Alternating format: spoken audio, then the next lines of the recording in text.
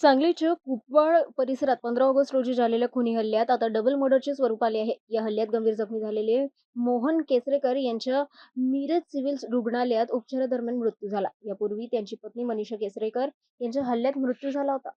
किरकोळ कारणातून शेजारी राहणाऱ्या फरीद अब्दुल शेख याने मोहन आणि मनीषा केसरकर यांच्यावर हल्ला केल्याचा आरोप आहे.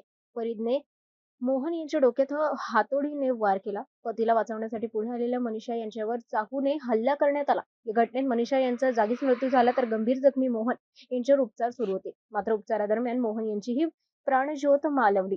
घटनेनंतर फरार झालेल्या संशयित फरीद अब्दुल शेख याला पोलिसांनी अवघ्या 4 तासात तब्बल घेतले.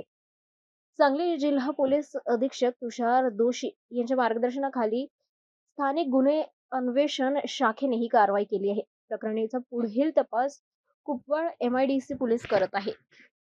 एक दुर्दैवी घटना घडली होती. त्याच्यामध्ये एक महिला ती पहिलीच मृत झाली. त्यानंतर दुसरा म्हणजे पुरुषाचाही आज दुर्दैवी सकाळी मृत्यू झालेला आहे. आरोपीला अटक करण्यात आलेली आहे. संपूर्ण पुरावा हा त्याचा जमा करण्यात येईल.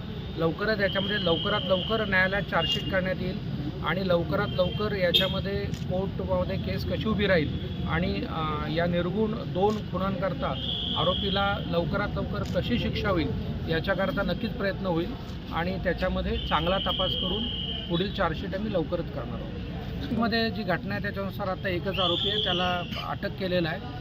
थोडं त्याला काहीतरी मेडिकल हे असल्यामुळे तो मेडिकल कस्टडीत आहे, आमच्या ताब्यात आहे. परंतु याच्यामध्ये तपासात पुढे बघू. परंतु फिर्यादीनुसार आणि प्रत्यक्ष घटनेनुसार याच्यामध्ये एक आरोपी आहे. त्यामध्ये मी तेच सांगतो की नक्कीच घटना फार दुर्दैवी आहे.